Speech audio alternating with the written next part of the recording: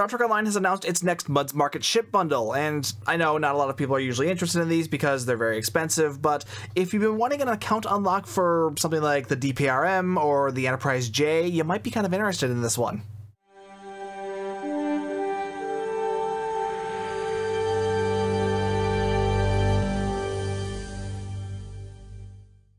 They're calling it the Pack of Dread, and that's probably because it comes with a bunch of dreadnoughts. As you can see here, we've got the 23rd Century Dreadnoughts over here, the 26th Century Dreadnoughts up here, and the Merriam Science Dreadnought up here.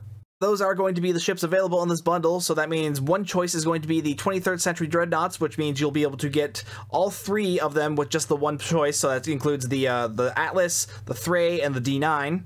The 26th Century ships will be their own choice, so that is going to include the Universe class, aka the Enterprise J, the Durgath, and the Vulcus. And then there's the odd one out, the 32nd Century Merriam Command Science Dreadnought. Also available as options will be the choice of 50 Master Keys, 2 T6 coupons from the C-Store, 10 Ultimate Tech upgrades, or 2 Epic Phoenix tokens. Like with every Muds Market ship bundle, there will be two versions, the 3-choice pack, which will give you the choice of any 3 of these options, or the full pack, which will give you the entire lot.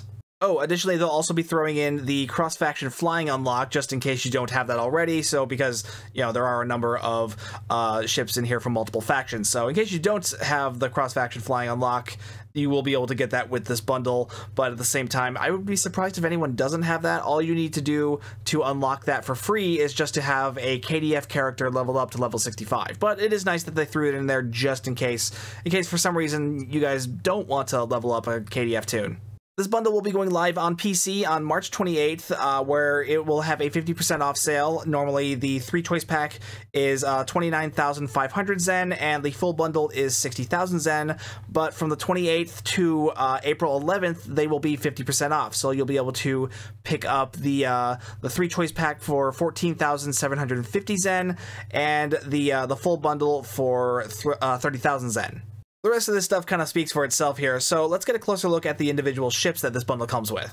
The 23rd Century Dreadnoughts have never been bad ships, but they're not particularly great ships. I mean, they're not bad because, one, dreadnoughts are always good for, you know, big, heavy, tanky level ships, but at the same time, they usually have a good amount of damage output as well for them, and that is reflective with this. I mean, the console layout, it's got 4 tactical and 5 engineering, so you could go pretty heavy with either the Spire consoles or the ISOMAGs. Obviously, the ISOMAGs would be a better option, but 4 tactical slots on a cruiser is still not bad. It's also got a 5-3 weapons layout and a hangar bay, so, I mean, it's got a lot of the makings for a really solid ship, but the big weakness with the 23rd Century Dreadnoughts has always been their seating, and the fact that they are not full spec.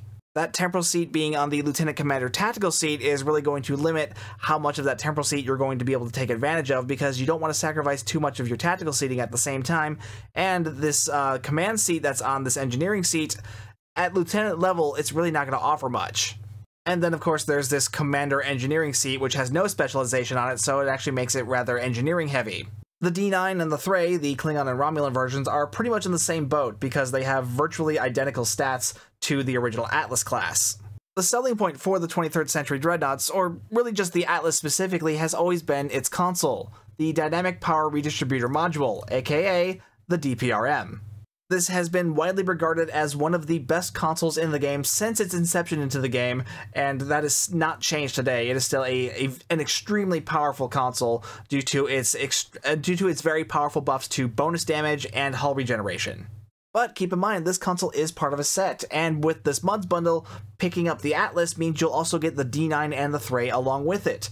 And while neither of those consoles are particularly interesting, like, well, the Disruptor pulse emitter off the D9, that can be pretty decent for EPG builds. It's kind of fallen out of favor because the physical damage is just, it's been beaten out by other consoles at this point, but it's still not a bad console to have.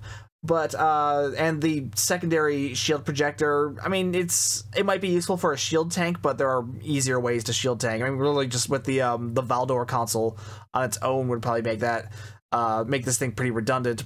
However, it does have some pretty decent set bonuses.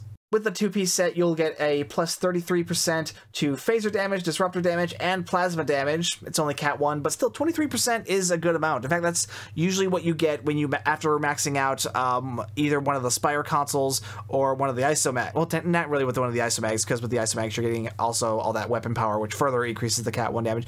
But that is basically like having a Spire console without the crit chance along with it. And then there's the three-piece, which will lower the cooldown of every console in the set, which, again, can be very useful. I mean, two of those consoles aren't super great, but, I mean, the DPRM alone, having a lower cooldown, that's going to be very valuable, especially if you don't have other means of lowering your console cooldowns, you know, like unconventional systems.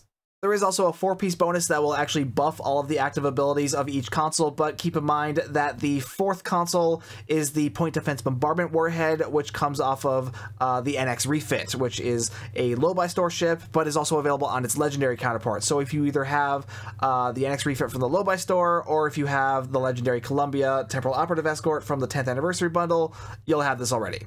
So the DPRM is really going to be the only one that you're going to be super interested in when you get to the high-end, the in-game level content. So if you're running like elites and stuff like that, you're definitely going to be interested in having this.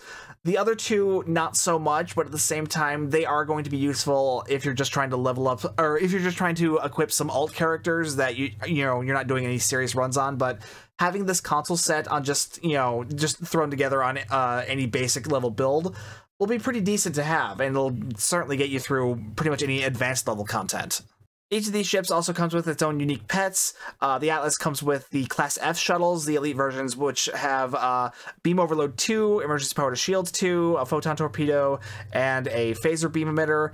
So, I mean, they're not the best things. Like, if that would Beam Overload 3, that would be better, but without it, I mean, the Class C shuttles are going to be better than these things. But these things do also have a torpedo, so that's kind of nice. The Class Cs don't have a torpedo. The Klingon and Romulan versions aren't quite as impressive.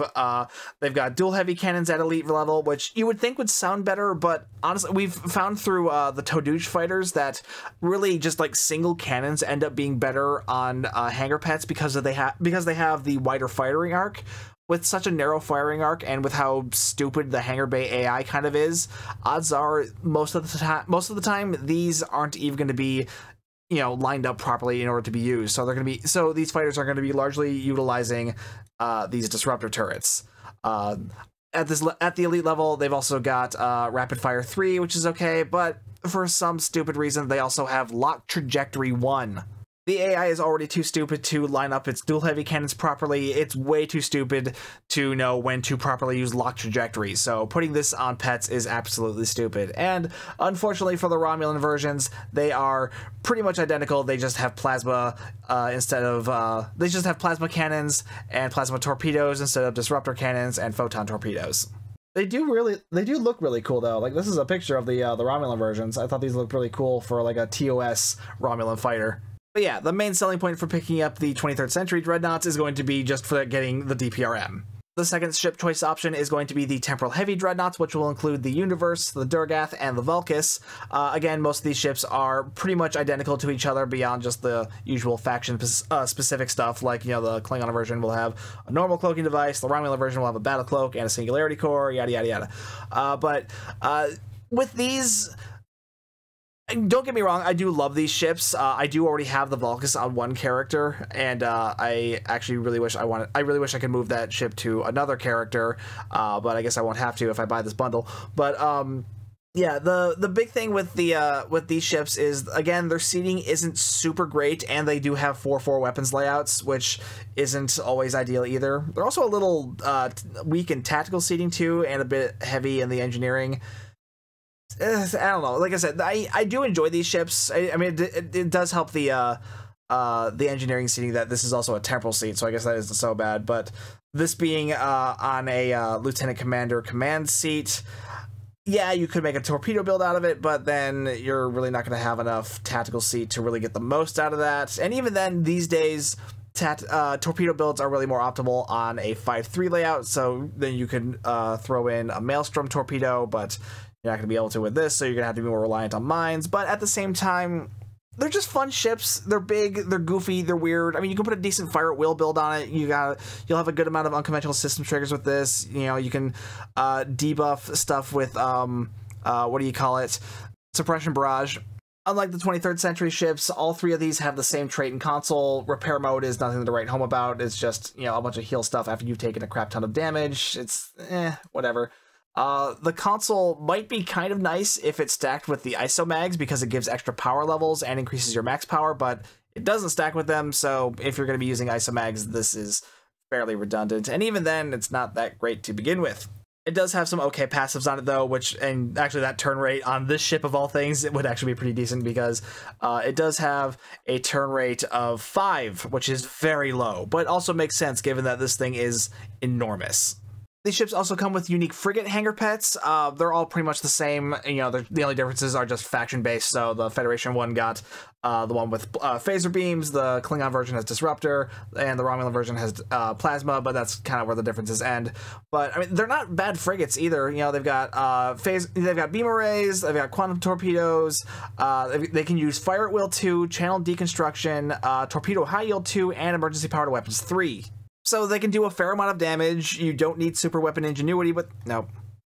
So they can do a fair amount of damage, and you don't need superior area denial with them because they've already got Fire at Will 2 on them, and they can lend some additional help when using the entropy mechanic because they've got channel deconstruction on them.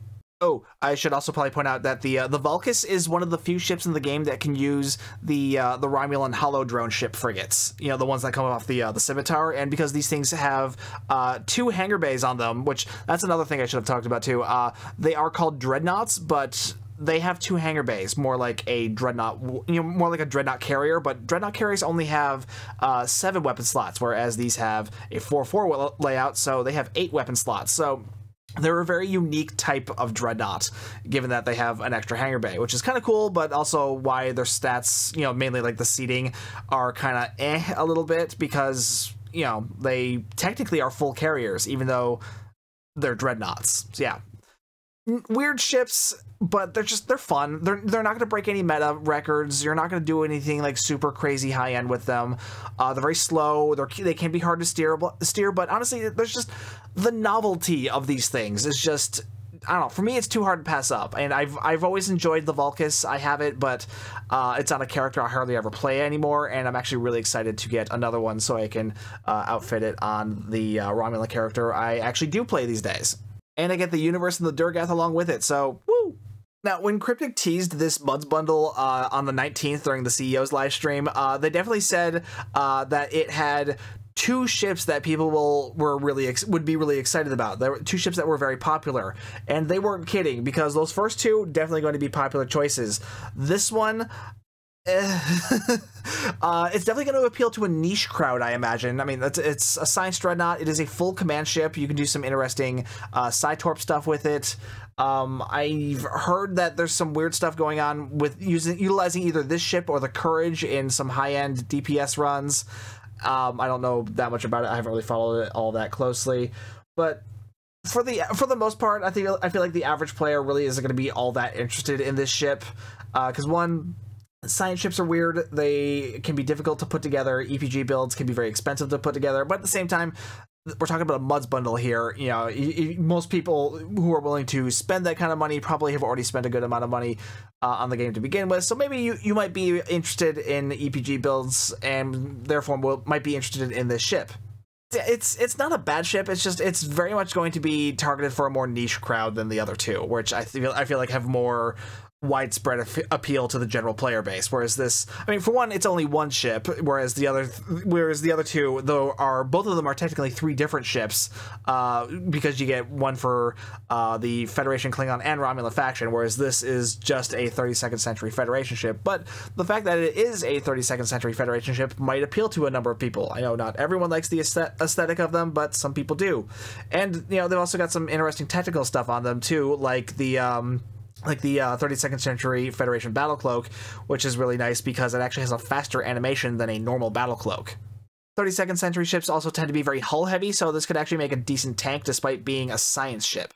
So overall, if you are interested in picking up just the 3-choice pack, I would definitely recommend getting the 23rd Century and the 26th Century Dreadnoughts.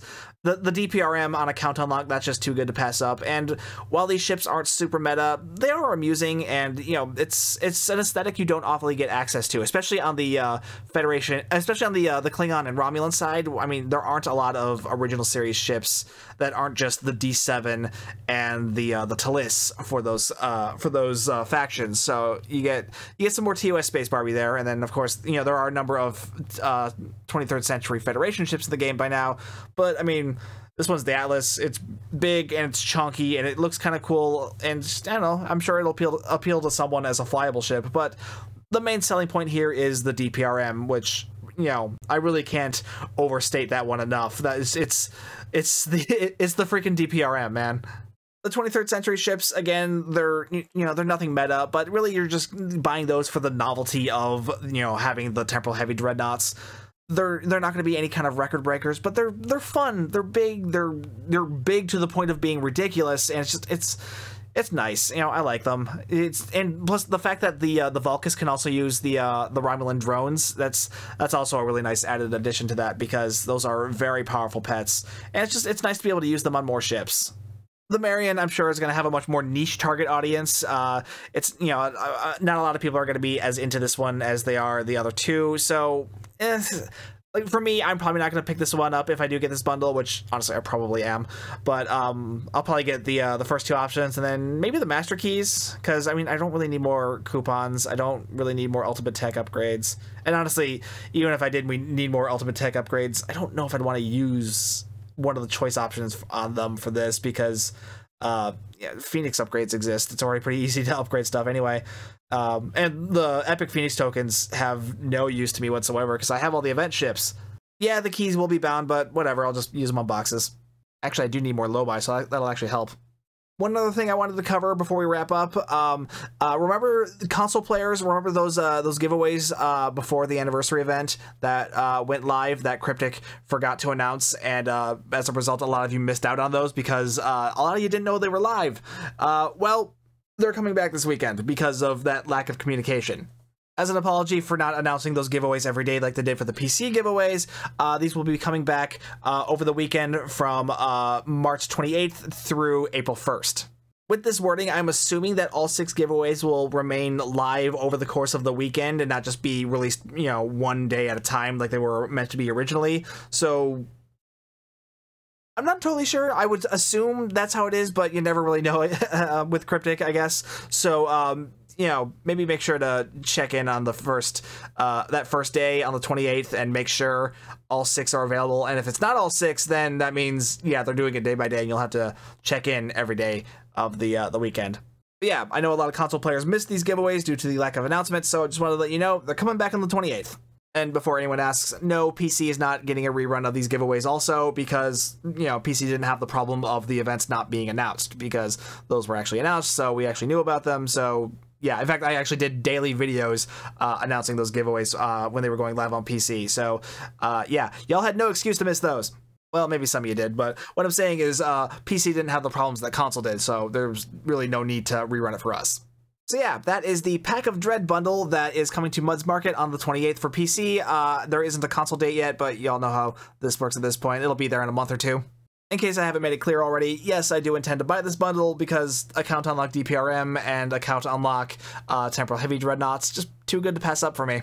Anyway, let me know what you think of the bundle down below. I imagine not everyone's going to be into it just because, you know, by their very nature, Mud's Market bundles are very expensive, but at the same time, DPRM and Enterprise J, I mean, I imagine that's going to appeal to a number of people. So let me know what you think down below, and while you're down there, be sure to like and subscribe and hit that bell for notifications. If you'd like to further support the channel, you can hit that join button to become a member.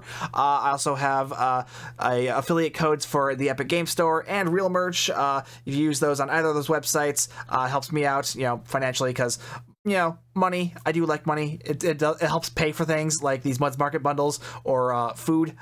Either way, though, thank you so much for watching. My name's Stu, and I will see you guys next time.